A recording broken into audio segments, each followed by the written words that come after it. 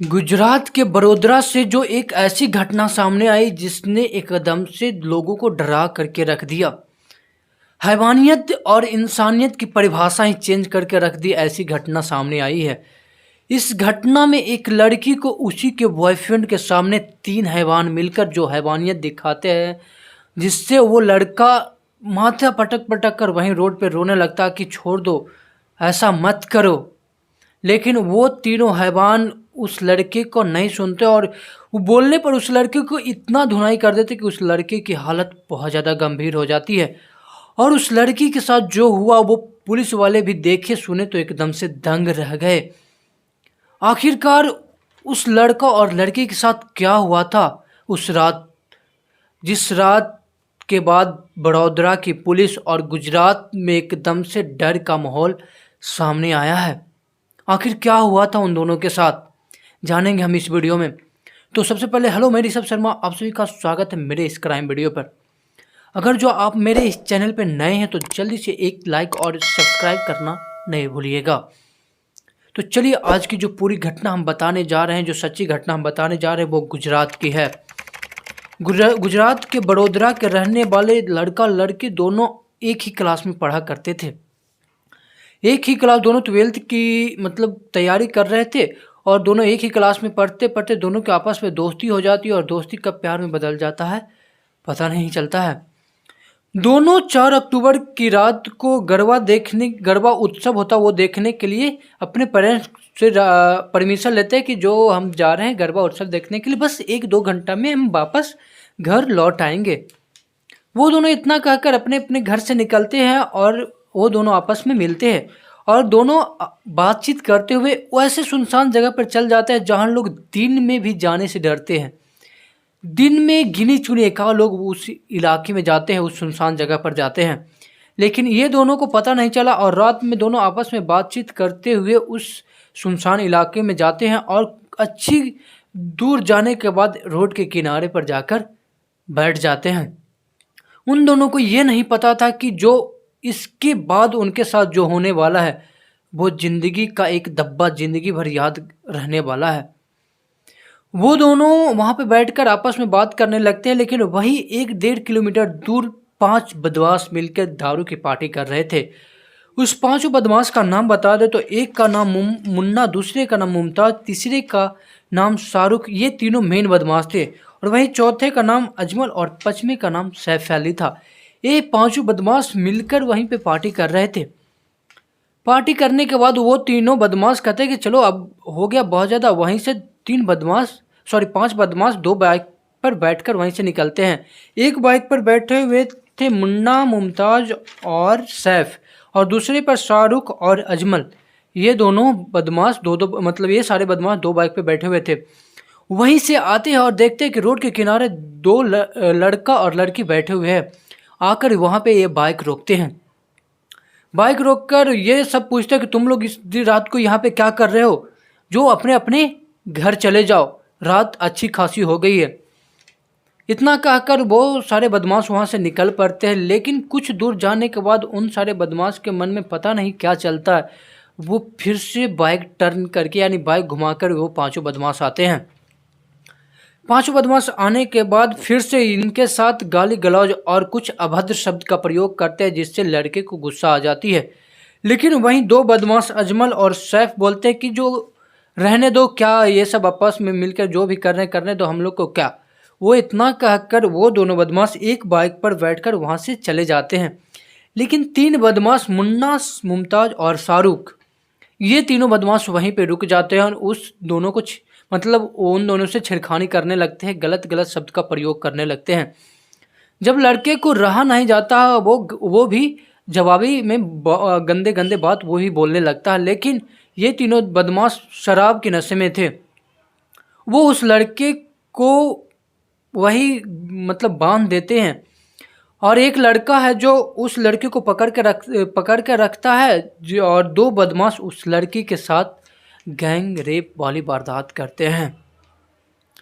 वहीं तीसरा बदमाश जो उस लड़के को पकड़े हुए रहता वो उस लड़के को छोड़कर दूसरा बदमाश उसे पकड़ता और वो बदमाश भी इस लड़की के साथ वो गैंग रेप वाली वारदात वो भी करता है। और उस लड़के को इतना ज़्यादा पीटा जाता है कि वो लड़का बेहोशी की हालात में हो जाता है। उन दोनों को पकड़कर पास के खेत में फेंक दिया जाता है। एकदम से हालात उन दोनों की इतनी ज़्यादा गंभीर हो गई थी कि वो दोनों चल फिर भी नहीं पा रहे थे। लेकिन लड़का कैसे भी करके हिम्मत जुटाता है, लेकिन लड़की के जो फ़ोन है और कुछ पैसे वो तीनों बदमाश वहाँ से लेकर भाग जाते हैं। लड़का अपना फ़ोन छिपाए हुए था, उस फ़ोन से पुलिस को फ़ोन करता है और पुलिस वाले तुरंत वहाँ पे आते हैं और उन दोनों को नज़दीकी अस्पताल में ले जाया जाता है, जहाँ उनकी हालत बहुत ज़्यादा गंभीर बताई जा रही है। ये सारी वारदात की घटना 11 से 12 बजे के करीब हो जाती है। फिर वो लोग क्या करते हैं, वहाँ से निकल जाते हैं और निकलने के बाद उस लड़की का फ़ोन उसके माँ करती है और माँ पूछती है कि बेटी तुम कहाँ हो। लेकिन वो तीनों बदमाश जो शराब के हालात में थे उस लड़के का फ़ोन स्विच ऑफ करना भूल जाते हैं। तभी उसमें से एक मुन्ना था जो उस कॉल उठा लेता और जैसे ही वो उस लड़की की माँ की आवाज़ सुनता वो झट से फ़ोन काट देता। लेकिन तीन सेकेंड वो कॉल पे रहता है। वो कॉल 3 सेकेंड ही इसका सेकंड पॉइंट था इसके लड़के को, ये सब बदमाश को पकड़ने का।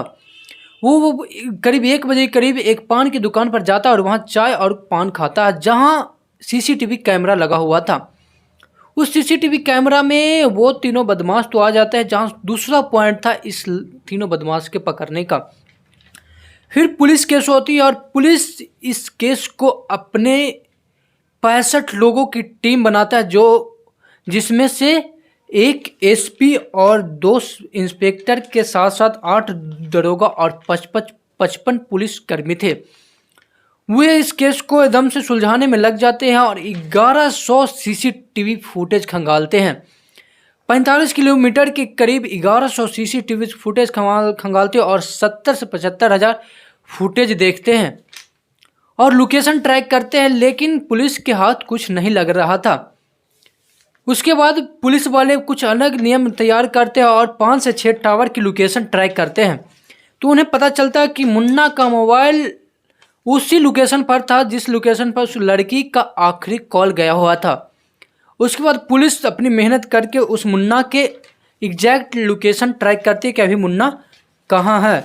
उसके बाद मुन्ना को पुलिस रात में ही पकड़ लेती है, जहाँ मुन्ना रात को सोए हुए था। मुन्ना को पकड़ने के बाद मुन्ना रात के करीब 1 बजे करीब मुन्ना को पुलिस दबोच लेती है।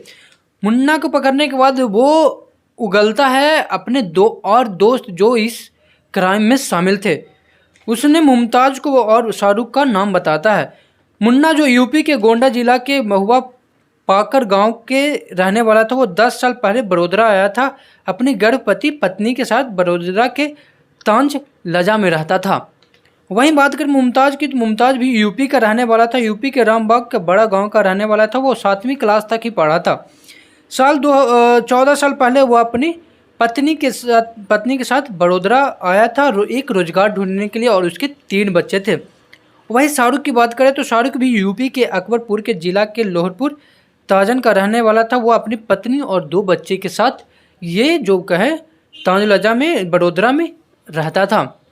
ये तीनों बदमाश कम पढ़े लिखे थे और रोजगार ढूंढने के लिए आए थे और तीनों में अच्छी खासी दोस्ती थी, जिसके कारण ये तीनों बदमाश आपस में जो क्राइम की घटना किए। उसके बाद पुलिस जो है इन तीनों बदमाश को पकड़ लेती है और इन तीनों बदमाश को जेल हो जाता है। बाद में अदालत इन तीनों बदमाश को 2 दिन के रिमांड पर रखने का आदेश देती है।